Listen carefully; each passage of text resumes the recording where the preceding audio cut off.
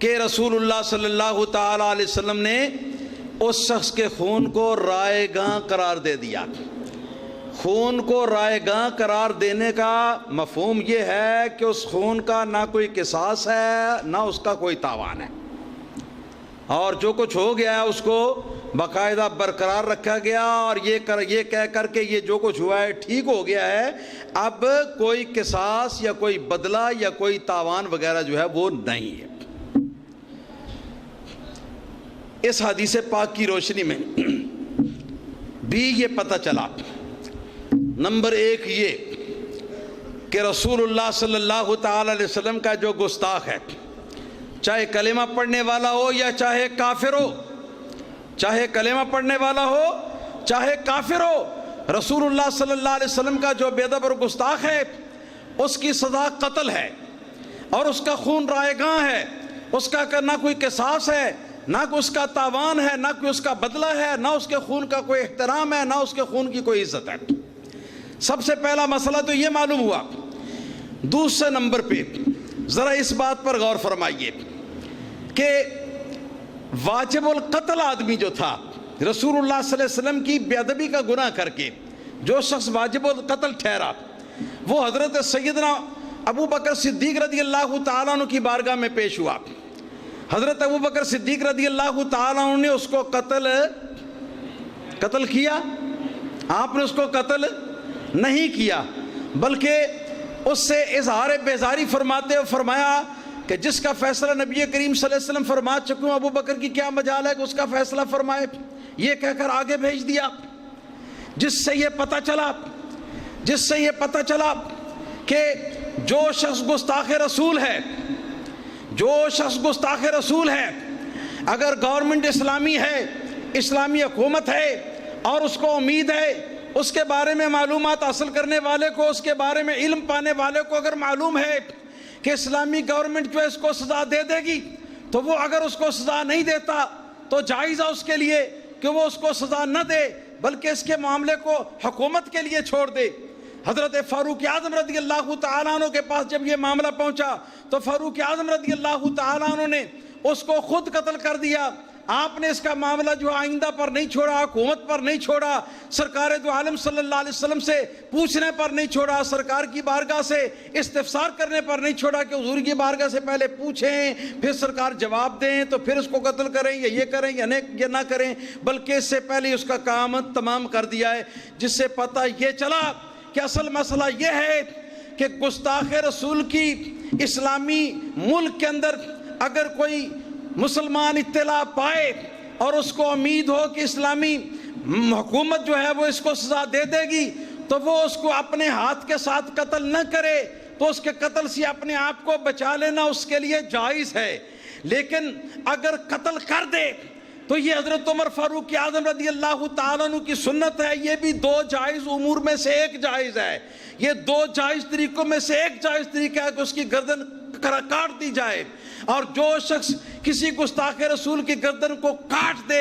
اس حدیث پاک سے مسئلہ یہ معلوم ہوا کہ اس قتل کرنے والے پر، اس کی گردن کے کاٹنے والے کے اوپر کوئی بدلہ، کوئی معاوضہ، کوئی تاوان اور کسی قسم کی کوئی سزا نہیں۔ یہ ساری باتیں جو ہیں اس واقعہ سے یہ بالکل واضح ہو گئی ہیں اور ظاہر ہو گئی ہیں۔ اب آئیے چند ایک احادیث طیبہ کی میں آپ حضرات کو تھوڑی سی سیر کروا دوں۔ یہ میرے پاس اس وقت ابو داود شریف کی حدیث ہے، سنن ابی داود شریف کی جید الاسناد حسن الاسناد حدیث ہے۔ حضرت امام عامر شعبی رضی اللہ تعالیٰ عنہ اس حدیث کے راوی، امام عامر شعبی رضی اللہ تعالیٰ عنہ اس کو حضرت علی مرتضیٰ رضی اللہ تعالیٰ عنہ سے روایت کرتے، فرماتے ہیں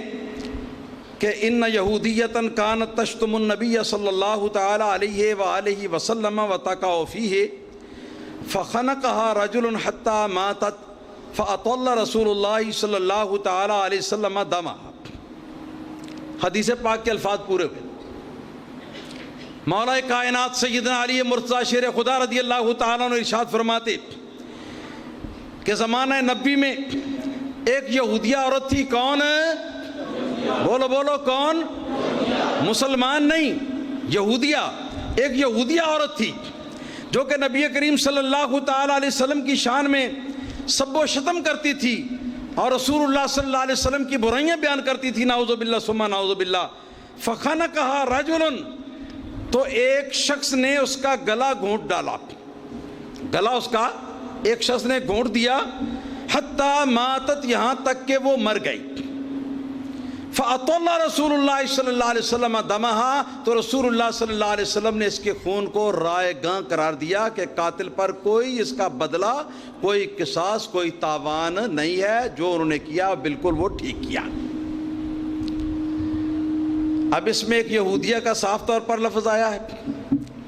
آج کل شرم نہیں آتی کئی ابن الوقت قسم کے مبلغ کہلانے والوں کو کہ وہ لوگوں کو کہتے پھرتے ہیں، میڈیا میں آ کے بتاتے پھرتے ہیں کہ یہ جی جو یہ قاتل جو گستاخ رسول کی سزا قتل ہے، یہ صرف مسلمان کے لیے ہے،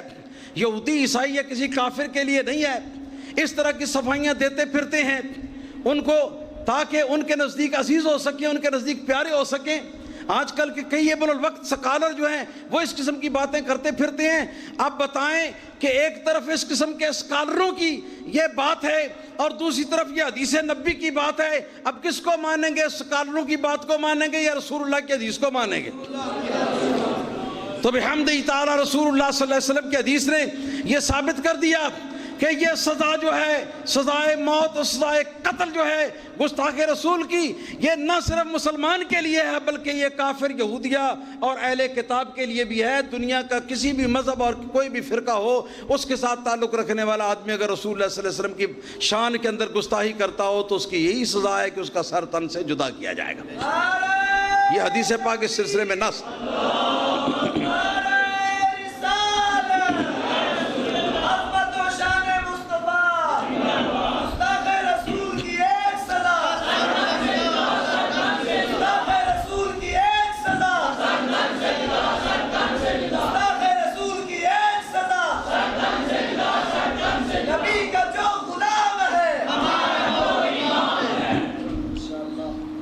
گرامی قدر حضرات،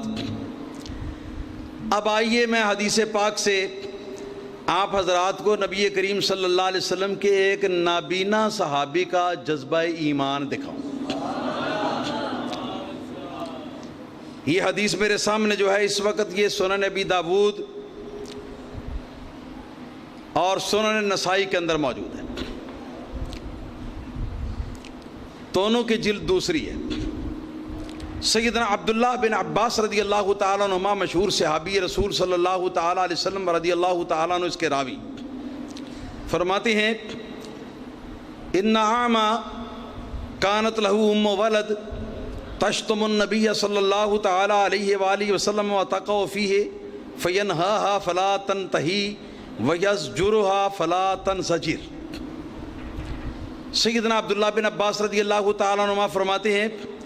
کہ ایک اندھا، ایک نابینا صحابی تھا رسول اللہ صلی اللہ علیہ وسلم کا، کہ اس کی ایک کنیز تھی ام ولد،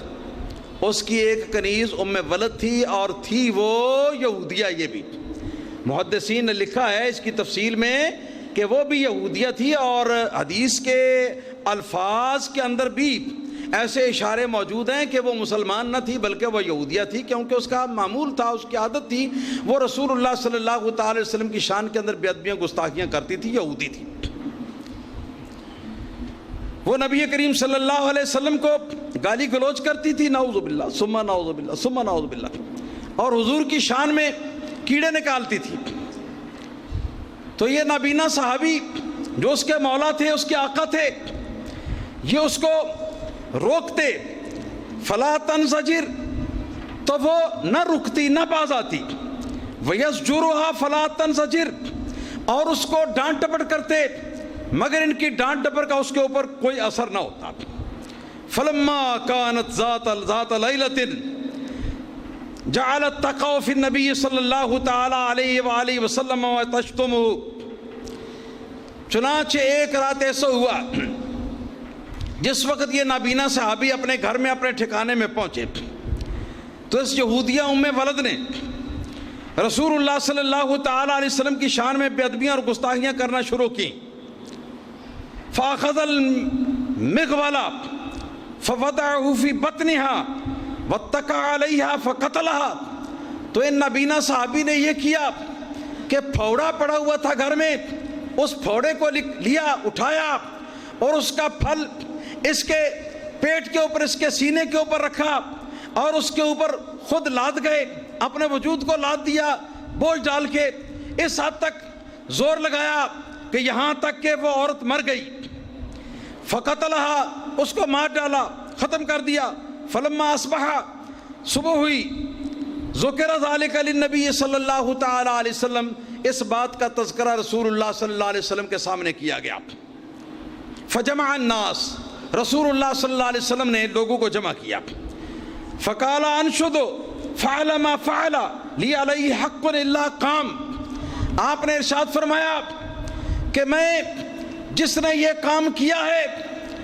اگر وہ سمجھتا ہے کہ میرا اس کے اوپر کوئی حق ہے تو میں اس کو قسم دیتا ہوں کہ وہ اٹھ کے کھڑا ہو جائے۔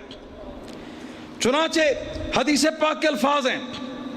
فقام الاعمى، وہ نابینا صحابی پیچھے سے اٹھ کے کھڑے ہوئے، یتخطى الناس وهو يتدلدل، وہ لوگوں کے کاندھوں کے اوپر سے پھلانگ پھلانگ کر آگے بڑھ رہے تھے، اور کبھی گرتے تھے، کبھی اٹھتے تھے، کبھی گرتے تھے، کبھی پڑھتے تھے،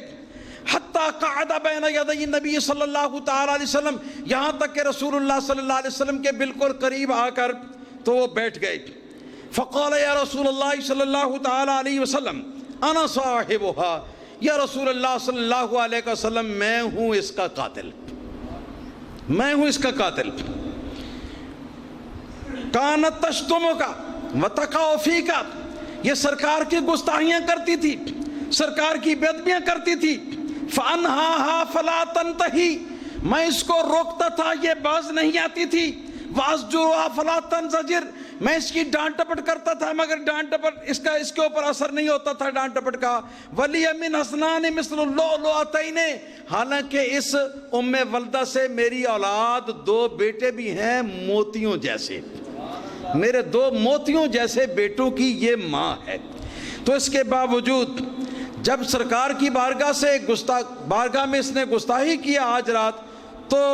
میرے ایمان کی غیرت نے گوارا نہیں کیا۔ فاخذت المغولا، میں نے پھوڑا اٹھایا، فوضعته فی بطنها، اس کے پیٹ میں رکھ دیا، واتکأت علیہ، اس کے اوپر اپنا بوجھ لاد دیا، حتی قتلتها، یہاں تک کہ یا رسول اللہ صلی اللہ تعالی علیہ وسلم میں نے اس کو قتل کر دیا۔ ایک دوسری روایت میں ہے کہ انہوں نے یہ عرض کیا، کانپتے ہوئے لرزتے ہوئے عرض کیا کہ یا رسول اللہ صلی اللہ علیہ وسلم، یہ کام جو میری غیرت ایمان نے فیصلہ کیا اس کے مطابق میں نے کر دیا، اب حضور آپ کی مرضی ہے، اب جو اللہ کا حکم ہے مجھ پر جاری کریں۔ یہ کہہ کر خاموش ہو گئے۔ چنانچہ نبی کریم صلی اللہ تعالی علیہ وسلم نے ارشاد فرمایا، الا اشہدوا ان دمها حدر، آپ نے فرمایا کہ خبردار لوگوں، گواہ بن جاؤ کہ اس یہودیہ کا خون رائے گاں ہے، اس کا کوئی قصاص، کوئی بدلہ، کوئی تاوان نہیں۔ اور میں نے ایک جگہ حدیث پاک میں پڑھا ہے اسی واقعہ کے اندر کہ نبی کریم صلی اللہ علیہ وسلم جب یہ فرما چکے تو سیدنا عمر فاروق اعظم رضی اللہ تعالیٰ عنہ آپ فرمانے لگے، کہنے لگے کہ واہ رے واہ، نابینا ہو کر تو نے رسول اللہ صلی اللہ تعالی علیہ وسلم کی کتنی آپ کی عزت قائم کی، آپ کی کتنی عظمت قائم کی، رسول اللہ صلی اللہ علیہ وسلم کی کتنی نصرت کر دی نابینا ہو کر۔ تو نبی کریم صلی اللہ علیہ وسلم نے سنا اور سن کر فرمایا کہ لا تقل الاعمى بل هو البصیر، آپ نے ارشاد فرمایا کہ اس کو اندھا نہ کہو، یہ آنکھ والا ہے، اس کو اندھا نہ کہو یہ آنکھ والا ہے، کیونکہ اس نے گستاخ رسول کا سر قلم کیا ہے، گستاخ رسول کو قتل کیا ہے، اس لیے یہ آنکھ والا، یہ اگر اندھا بھی ہے تو یہ آنکھ والا ہے، کام تو اس نے آنکھ والوں جیسا کیا۔ تو یہ حدیث پاک جو ہے اس سے بھی نمبر ایک یہ پتہ چلا، حدیث یہ بھی صحیح کے درجے کی ہے۔ اس حدیث کے اندر یہ ثابت ہوا کہ رسول اللہ صلی اللہ علیہ وسلم کی گستاخی کرنے والا جو ہے اس کی سزا قتل ہے، ایک۔ دوسرے نمبر پہ یہ گستاخی کرنے والا اگر غیر مذہب ہو، اگر لا دین عنصر ہو، اگر مسلمان نہ ہو، یہودی ہو، عیسائی ہو، کسی اور دین و دھرم کے ساتھ تعلق رکھنے والا ہو، تو اس کی سزا بھی قتل ہے۔ یہ بھی ثابت ہوا، اور تیسرے نمبر پہ یہ بھی ثابت ہوا کہ اگرچہ یہ ذمہ داری گورنمنٹ کی بنتی ہے کہ گورنمنٹ اس کو سزا دے، مگر گورنمنٹ کی پہنچ سے پہلے اگر کوئی دیوانہ نبی کریم صلی اللہ علیہ وسلم کا اس کو ٹھکانے لگا دے اور اس کے سر کو قلم کر دے اور اس کو قتل کر ڈالے، تو نبی کریم صلی اللہ علیہ وسلم کی نگاہ میں اس کا خون جو ہے اس مقتول کا باطل ہے، یعنی یہ کہ وہ قتل کرنے والا جو ہے اس کے اوپر کوئی تاوان نہیں، اس کے اوپر کوئی قصاص نہیں، اس کے اوپر کسی قسم کی سزا نہیں، بلکہ رسول اللہ صلی اللہ علیہ وسلم اس کی حوصلہ افزائی فرما رہے ہیں یہ کہہ کر کہ یہ اندھا ہوتے ہوئے بھی یہ کام کرتا ہے تو یہ تو آنکھ والا ہے، یہ تو آنکھ والا ہے۔ اسی طرح سرکار دو عالم صلی اللہ تعالی علیہ وسلم کی ایک حدیث پاک صحیح بخاری اور صحیح مسلم سے عرض کر رہا ہوں کہ عبداللہ بن خطل ایک شخص تھا جو کہ نبی کریم صلی اللہ علیہ وسلم کی آپ کی شان کے خلاف شعر کہا کرتا تھا بے ادبی کے، اور دو اس کے یہاں لونڈیاں تھیں گانے والیاں، تو وہ اس کے بے ادبی پر مشتمل ایسے اشعار کو لے کر تو وہ لوگوں کے سامنے گایا کرتی تھی۔ جس وقت نبی کریم صلی اللہ علیہ وسلم نے مکہ مکرمہ فتح مکہ کے روز مکہ مکرمہ کے اوپر قبضہ فرمایا تو نبی کریم صلی اللہ تعالی علیہ وسلم نے اعلان فرما دیا کہ عبداللہ بن خطل جو ہے اس کو جہاں بھی پاؤ اس کو قتل کر دو، یہاں تک کہ آپ نے فرمایا ایک شخص نے آپ کی بارگاہ میں حاضر ہو کر عرض کیا کہ یا رسول اللہ صلی اللہ علیہ وسلم میں نے اس کو دیکھا ہے کہ وہ ڈر کے مارے کعبے کے غلاف کے اندر چھپا ہوا ہے، کعبے کے غلاف کے اندر۔ سرکار دو عالم صلی اللہ علیہ وسلم نے ارشاد فرمایا یہ گستاخ رسول ہے، گستاخ رسول اگر کعبے کے غلاف کے اندر بھی چھپ جائے تو اس کی سزا قتل ہے، اس کو چھوڑنا نہیں چاہیے۔ چنانچہ حضرت ابو برزہ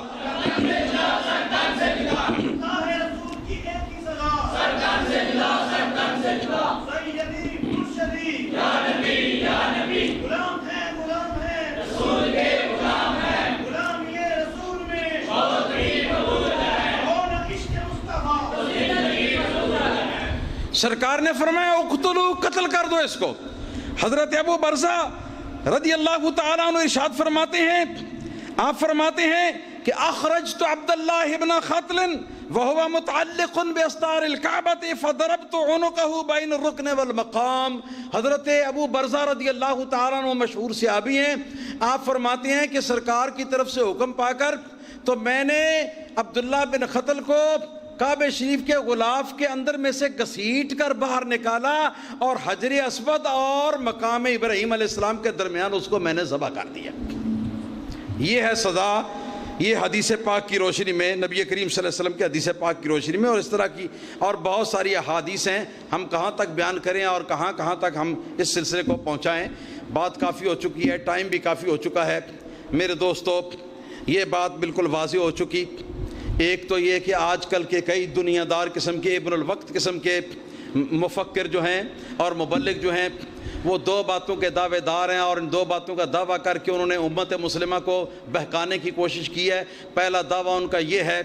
کہ اگر گستاخ رسول ہے کوئی تو اس کو سزا دینا حکومت کی ذمہ داری ہے، اگر کوئی عام شخص اٹھ کے اس کو قتل کر دے تو اس کو بدلے میں قتل کیا جائے گا، اس کے قصاص میں قتل کیا جائے گا۔ ایک تو یہ بات جو ہے پھیلائی جا رہی ہے۔ دوسرے نمبر پہ یہ بات پھیلائی جا رہی ہے کہ قتل کی سزا جو ہے یہ اس گستاخ کے لیے ہے جو مسلمان ہو، اور جو مسلمان نہیں، یہودی عیسائی کسی اور دین دھرم کے ساتھ تعلق رکھنے والا ہے، اس کی سزا جو ہے وہ قتل نہیں ہے۔ چنانچہ ان احادیث نبویہ کی روشنی میں اور قرآن پاک کی آیات کی روشنی میں بحمدہ تعالیٰ یہ مسئلہ علم نشرہ ہو گیا کہ اگر گورنمنٹ کے اس گستاخ رسول کو پکڑنے اور اس کو سزا دینے سے پیشتر کوئی مسلمان جا کے اس کو قتل کر ڈالے تو اس کے اوپر کوئی تاوان اور کوئی قصاص اور کسی قسم کی سزا نہیں ہے، بلکہ جو کچھ اس نے کیا ہے نبی کریم صلی اللہ علیہ وسلم کی بارگاہ سے اس کو صحیح قرار دیا گیا ہے۔ دوسرے نمبر پہ یہ کہ اگر رسول اللہ صلی اللہ علیہ وسلم کی گستاخی کرنے والا یہودی بھی ہے، عیسائی بھی ہے، کسی اور دین و دھرم سے تعلق رکھنے والا بھی ہے تو اس کی بھی سزا یہی ہے کہ اس کو قتل کیا جائے۔ اب جو واقعہ حال میں پیش آیا ہے، بار بار آپ حضرات اس کو سن چکے ہیں، میں اس واقعہ کو دہرا کر اپنی بات کو لمبا نہ کرنا چاہوں گا۔ اس موقع پر اہل اسلام کا فریضہ کیا ہے؟ اہل اسلام کا فریضہ یہ ہے در حالے کے اس وقت 58 ملک جو ہیں وہ اس زمین کی دھرتی کے اوپر مسلمانوں کے، کتنے؟ 58 ملک مسلمانوں کے، کوئی معمولی بات نہیں، اور تقریباً 1.5 ارب تک تعداد ہے مسلمانوں کی دنیا کے اندر جو پہنچ رہی ہے۔ تو مسلمانوں کا یہ فرض ہے، تمام مسلمانوں کا یہ فرض ہے کہ مسلمان مل کے تو نبی کریم صلی اللہ تعالی علیہ وسلم کے ان گستاخوں کو جس بھی طریقے سے ہو سکے اس طریقے سے ان کو کیفر کردار تک پہنچائیں۔ اور دوسرے نمبر پر یہ بات یاد رکھنی چاہیے کہ اس سلسلے میں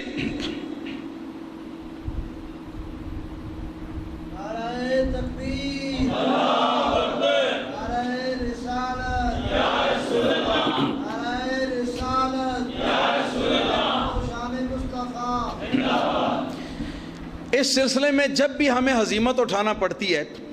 جب بھی ہمیں شرمساری اٹھانا پڑتی ہے، تو یہ جو ہمارے اسلامی ممالک کے جو حکمران ہیں، ان پڑھ حکمران، کھڑے ہو کر موتنا تو ان سب کو آتا ہے، چل پھر کے کھانا پینا بھی ان سب کو آتا ہے، سارے دنیا کے فیشن ان کو آتے ہیں، مگر آتا نہیں تو قرآن نہیں آتا، آتا نہیں تو حدیث نہیں آتی۔ ہمارے وزیر داخلہ صاحب ہیں، ان کا آپ نے یہ اخبارات کے ذریعے سے آپ نے سن لیا ہوگا، اور میڈیا کے اندر بھی یہ چیز آ چکی ہے کہ ان سے کہا گیا قل هو اللہ شریف کی تلاوت کرو، تو قل هو اللہ شریف کی تلاوت جو ہے سورۃ قل هو اللہ کی، وہ یہ رحمان ملک جو اپنے آپ کو کہلاتا ہے، حالانکہ عبد الرحمن مالک ہے، رحمان اللہ کا نام ہے، کوئی بندہ رحمان نہیں ہو سکتا، تو اس کو سورۃ قل هو اللہ پڑھنی نہیں آتی۔ یہ لوگ جو ہیں یہ ہمارے لیے سب سے بڑی ہزیمت کا باعث اور ہمارے لیے سب سے بڑے نقصانات کا باعث ہے۔ بات میرے دوستو اس طرح ہوتی ہے کہ اقوام متحدہ جس کے اندر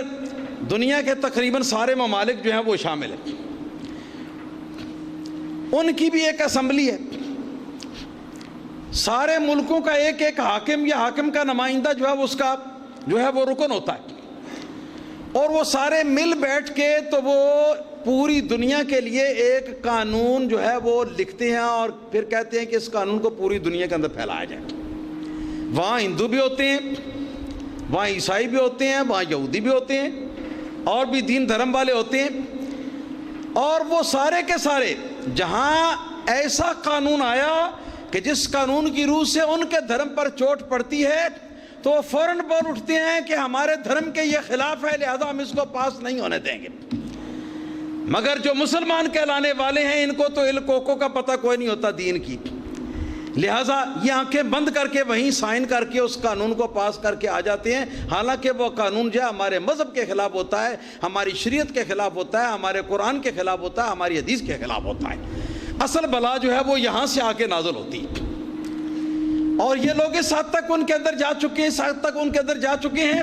کہ ایک تو خود ان کو دین کا پتہ کوئی نہیں، اسلام کا پتہ کوئی نہیں، یہ قرآن سے جاہل ہیں، سنت نبی کریم صلی اللہ علیہ وسلم سے جاہل ہیں، شریعت مطہرہ سے جاہل ہیں، اور دوسرے نمبر پر یہ ماشاءاللہ یہ یہود و نصارہ کے ایجنٹ بن کے اپنے آپ کو پیش کر رہے ہیں، اپنے آپ کو ایجنٹ بنا کے، اور یہود و نصارہ کے وہ مقاصد کہ جو یہود و نصارہ جو ہیں وہ کبھی اپنے ناک کے ساتھ لکیریں بھی نکالیں تو وہ اسلامی ممالک میں پورے نہیں کر سکتے، جن کو ہمارے حکمران جو ہیں وہ مل کر ان کا ایجنٹ بن کے تو وہ پورا کرا رہے ہیں۔ ان لوگوں کی طرف سے ہم پر آفت آتی ہے۔ آج اتنا ہوا کہ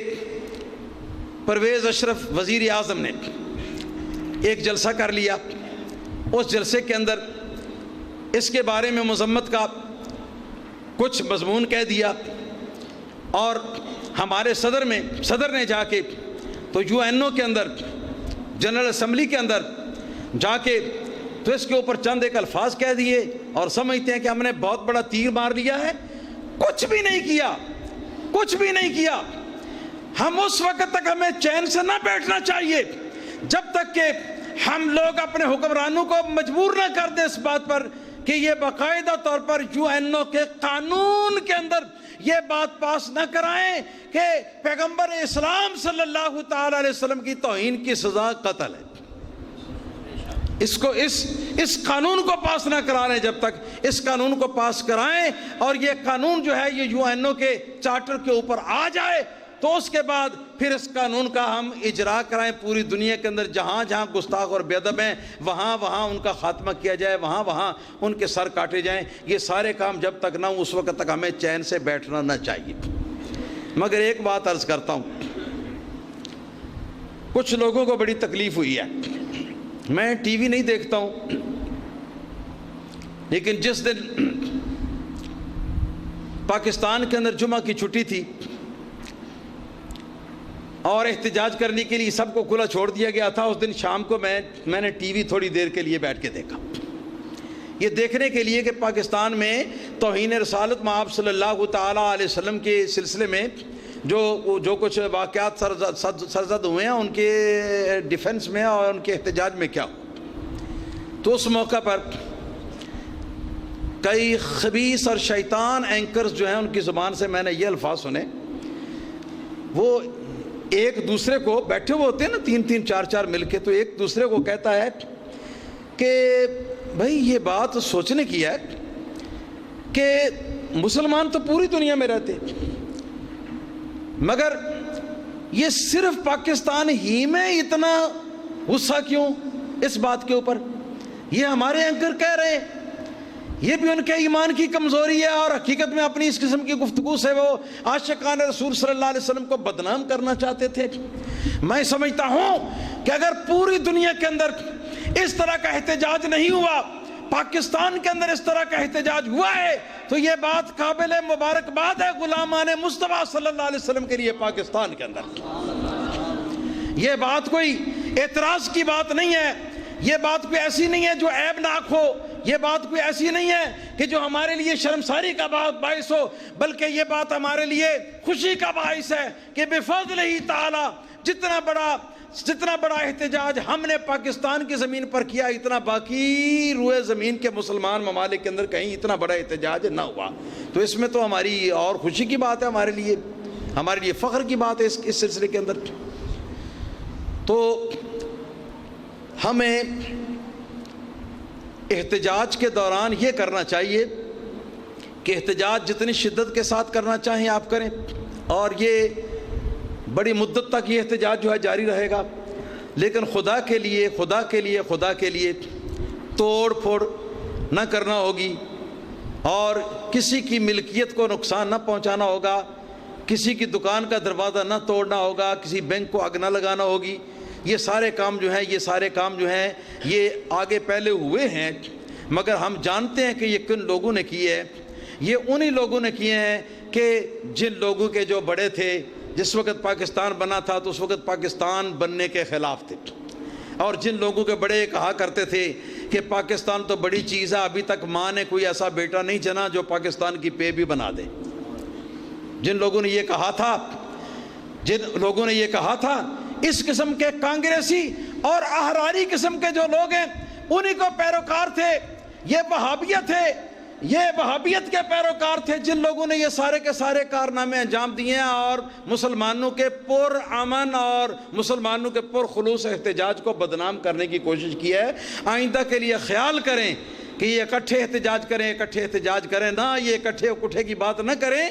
اہل سنت و جماعت احتجاج کریں، اپنے احتجاج کے اندر دوسرے لوگوں کو آنے نہ دیں، کیونکہ وہ آئیں گے تو تخریب کاری کریں گے، نتیجہ یہ ہوگا کہ بدنامی آپ کے اوپر بھی آئے گی۔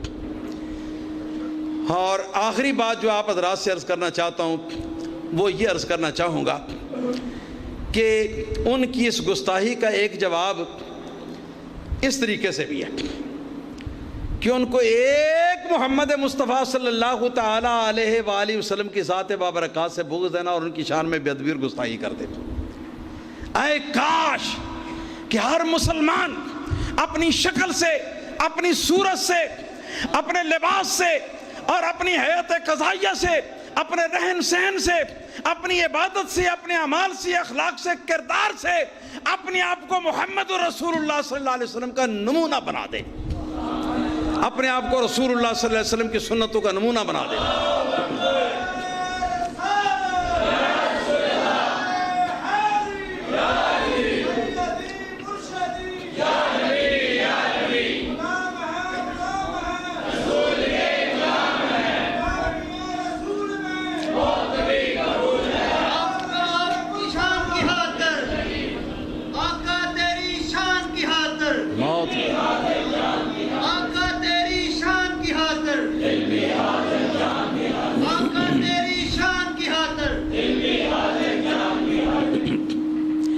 مٹ گئے مٹتے ہیں مٹ جائیں گے عادات تیرے، نہ مٹا ہے نہ مٹے گا کبھی چرچا تیرا یا رسول اللہ صلی اللہ تعالی علیہ وسلم۔ وآخر دعوانا الحمدللہ رب العالمین۔